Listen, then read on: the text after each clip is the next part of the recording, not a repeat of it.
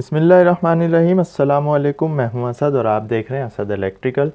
Last video में हमने transformer के कोर लॉसेस पे बात की थी। आज की वीडियो में हम बात करने जा रहे हैं कॉपर लॉसेस पर। जैसा कि हमने बताया था कि ट्रांसफार्मर में हमारे जो मेन लॉसेस हैं वो दो टाइप के होते हैं, आयरन या कोर लॉसेस और दूसरे कॉपर लॉसेस।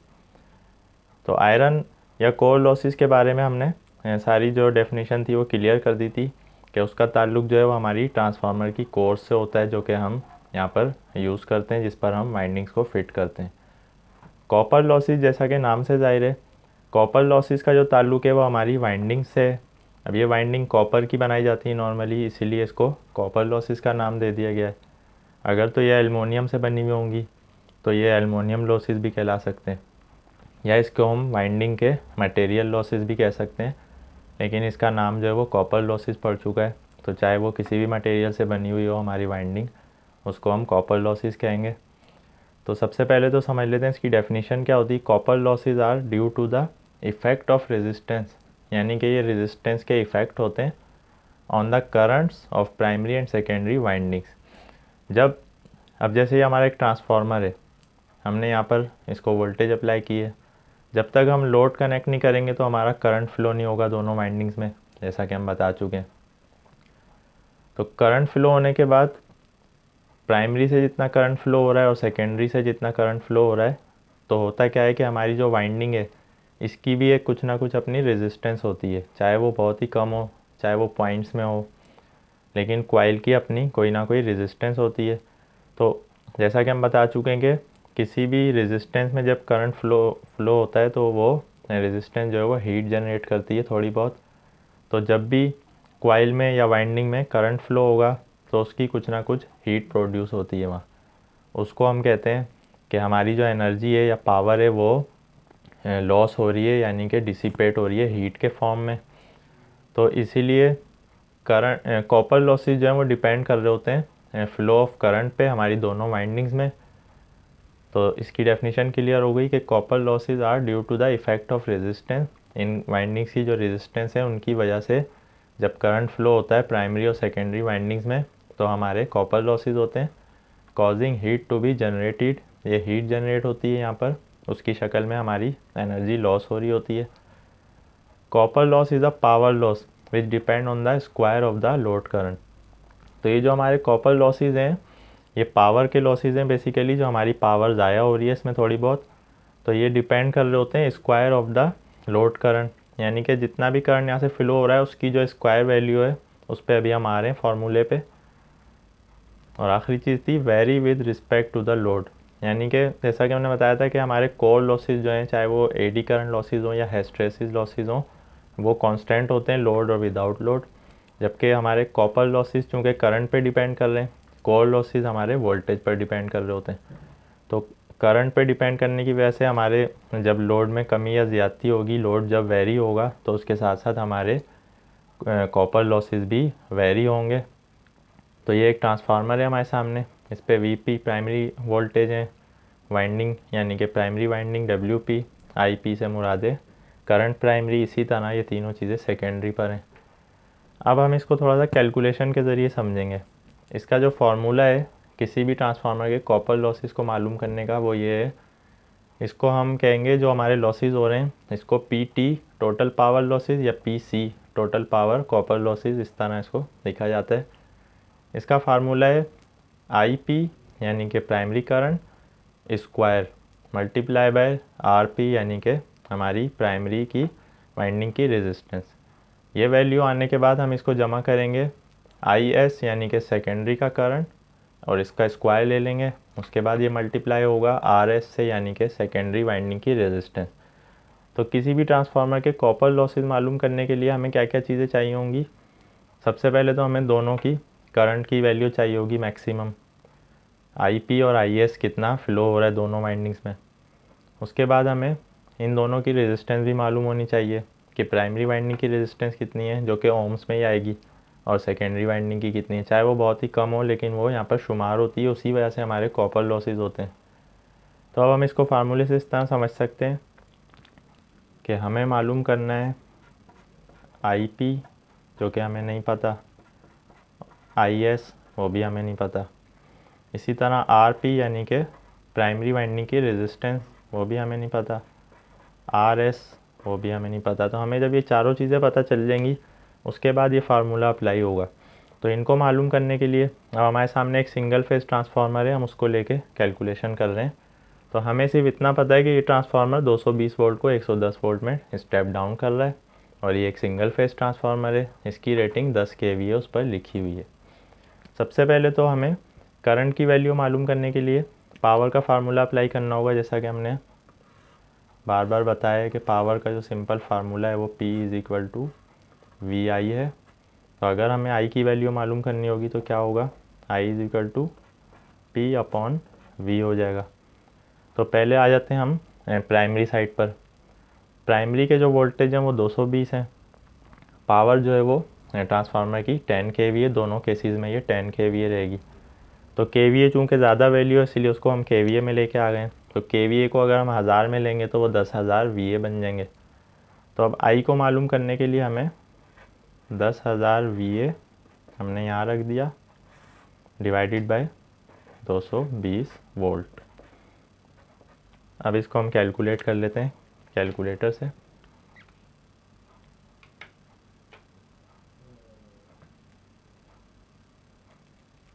दस हज़ार को डिवाइड किया 220 से, हमारे पास जो भी आंसर आया वो हम यहाँ नोट कर लेंगे। 45.45 आ रहा है।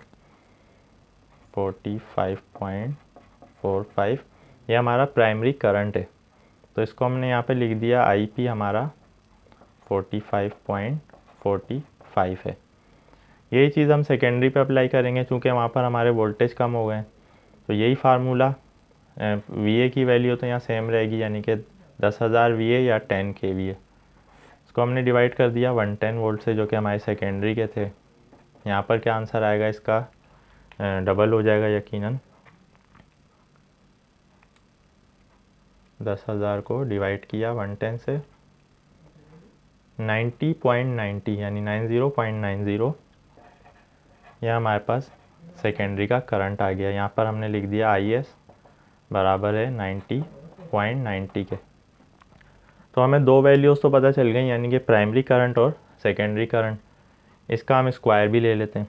स्क्वायर कैसे लेते हैं, जैसा कि आप जानते हैं कि स्क्वायर का मतलब है इसी वैल्यू से हमें इसको मल्टीप्लाई कर देना है। तो IP का स्क्वायर जो होगा वो इस तरह होगा 45.45 मल्टीप्लाई बाय 45.45, जो भी वैल्यू आएगी ये IP का स्क्वायर कहलाएगा। 45.45 मल्टीप्लाई बाय 40। अगर हमारे पास साइंटिफिक कैलकुलेटर है तो हम डायरेक्ट स्क्वायर की वैल्यू मालूम कर लेंगे। यहाँ पर हम मल्टीप्लाई कर रहे हैं क्योंकि हमारे पास एक सिंपल कैलकुलेटर है। तो जो भी आंसर आ रहा है 2065 के करीब इसका आंसर आ रहा है। दोबारा इसको देख लेते हैं। 45.45 मल्टीप्लाई 45.45 2065.70 ये हमारे पास आंसर आ गया इसका। अब हमें सेकेंडरी करंट का स्क्वायर निकालना है। सेकेंडरी करंट की वैल्यू हमें पता है, यानी कि IS का स्क्वायर क्या होगा, 90.90 मल्टीप्लाई बाय 90.90। तो जो भी वैल्यू है वो इसका स्क्वायर है, जो क्या आ रही है 90.90 मल्टीप्लाई बाय 90.90 8262.81। तो ये तो थी स्क्वायर वैल्यूज़। हमें फार्मूले में IP स्क्वायर की वैल्यू पता चल गई, IS स्क्वायर की वैल्यू पता चल गई। अब हमें क्या चीज़ चाहिए, हमें चाहिए रेजिस्टेंस दोनों वाइंडिंग्स की, यानी कि प्राइमरी और सेकेंडरी की। अब हमने रेजिस्टेंस को ओम मीटर लगा के चेक कर लिया। अब हम यहाँ पर एज्यूम कर लेते हैं कि हमारी जो RP है, यानी कि जो RP है, अब हम इसको यहीं लिख लेते हैं। मान लें कि 0.5 ओम्स है और जो RS है, अब चूंकि यहाँ करंट की वैल्यू कम है, यहाँ ज़्यादा है, तो जहाँ पे भी ज़्यादा होगी इसका मतलब होगा उसकी रेजिस्टेंस कम है। तो हम इसको 0.05 ओम कंसीडर कर लेते हैं। तो RP की वैल्यू 0.5 ओम, RS की वैल्यू 0.05 ओम। तो फार्मूला क्या कह रहा है कि IP square multiply by RP। तो IP स्क्वायर की वैल्यू आ गई थी हमारे पास 2065 5.70, इसको हमने मल्टीप्लाई कर दिया RP से यानी कि 0.5 से। सबसे पहले तो हम इसकी वैल्यू निकाल लेंगे 2065.70 मल्टीप्लाई बाय 0.5, हमारे पास आंसर आ गया 1032.85। ये प्राइमरी वाइंडिंग में होने वाले कॉपर लॉसेस हमें पता चल गए। अच्छा, ये किस में होते हैं, ये इस पे अभी हम आ रहे हैं कि ये वैल्यू किस चीज़ में हम काउंट कर रहे हैं या किस चीज़ में हम मेजर कर रहे हैं।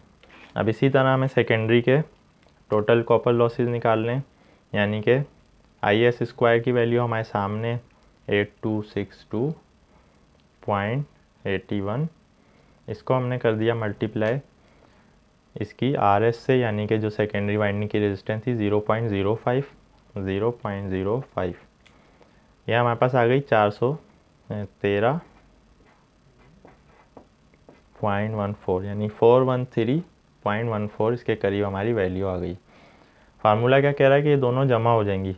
अब हम इन दोनों को जमा कर देते हैं, यानी कि 1032.85 प्लस 413.14, तो टोटल जो वैल्यू हमारे पास फाइनली आ गई है वो है 1445.99। इसको हम 1446 ले लेते हैं। 1446 हमारे पास वैल्यू आ गई है। अब सवाल ये है कि ये वैल्यू क्या चीज़ है। ये वैल्यू आ रही है वाट्स में, तो ये वाट्स में कन्वर्ट होके आ रही है।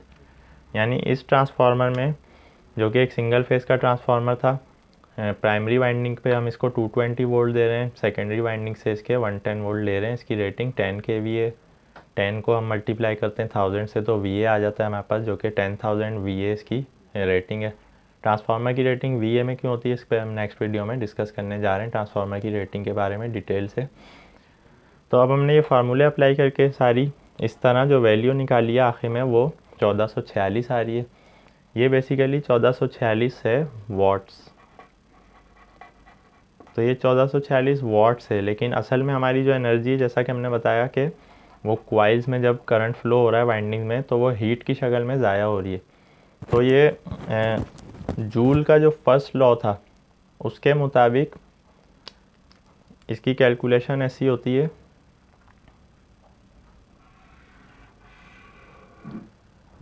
कि जो भी हमारी एनर्जी या पावर हमारा जो लॉस में जा रही है, अगर वो हीट की फॉर्म में है, तो हीट की फॉर्म से उसको वाट में लाने के लिए हम ये कहते हैं कि 1 जूल्स की जो हीट है उसको अगर हम कन्वर्ट करेंगे वाट्स में, तो वो 1 वाट इलेक्ट्रिकल बनेगी। ये जूल्स का फर्स्ट लॉ कह रहा है। तो हमारी जो एनर्जी है बेसिकली वो हीट के फॉर्म में ज़ाया हो रही है, यानी कि उसको हम जूल्स में, जो कि हीट में लेते हैं जूल्स। ये एनर्जी वाला जूल्स नहीं है, ये हीट वाला जूल्स है।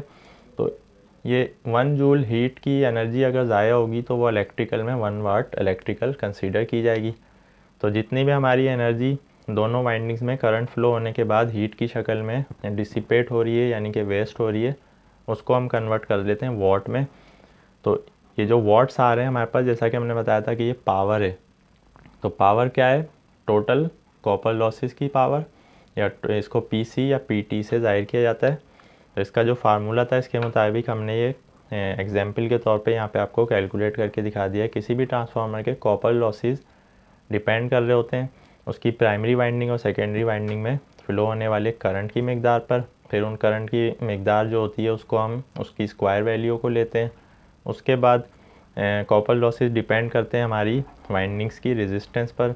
तो उन रेजिस्टेंस की वैल्यू को लेकर हम इस फार्मूले को जब अप्लाई करते हैं तो इन द एंड हमें जो वैल्यू मिलती है वो हमारे टोटल कॉपर लॉसेस होते हैं। तो उम्मीद है आज की वीडियो आपको पसंद आई होगी। कॉपर लॉसेस के हवाले से या ट्रांसफार्मर के लॉसेस के हवाले से आपका कोई भी क्वेश्चन या कन्फ्यूजन है, आप वो कमेंट्स में पूछ सकते हैं। नेक्स्ट वीडियो में हम इस पर बात करने जा रहे हैं कि ट्रांसफार्मर की रेटिंग किस तरह होती है, किस तरह ट्रांसफार्मर जब डिज़ाइन होता है तो उसकी रेटिंग को किस में रखा जाता है, ट्रांसफार्मर की रेटिंग का मतलब क्या होता है। तो यहाँ पर आपको एक बात जहन में रखनी है, जैसा कि हम बता चुके हैं कि किसी भी ट्रांसफार्मर के जो कोर लॉसेस हैं यानी कि जो इसकी मेटल कोर है उसके लॉसेस डिपेंड कर रहे होते हैं वोल्टेज पर, और जो हमारी कॉपर लॉसेस हैं यानी कि जो वाइंडिंग्स में लॉसेस हो रहे हैं वो डिपेंड कर रहे होते हैं करंट पर। तो बस ये दो बातें आपको जहन में रखनी है। नेक्स्ट वीडियो में हम इसकी रेटिंग पर डिटेल गुफ्तगू करेंगे। आज के लिए इतना ही। नेक्स्ट वीडियो तक के लिए इजाज़त दीजिए। अल्लाह हाफिज़।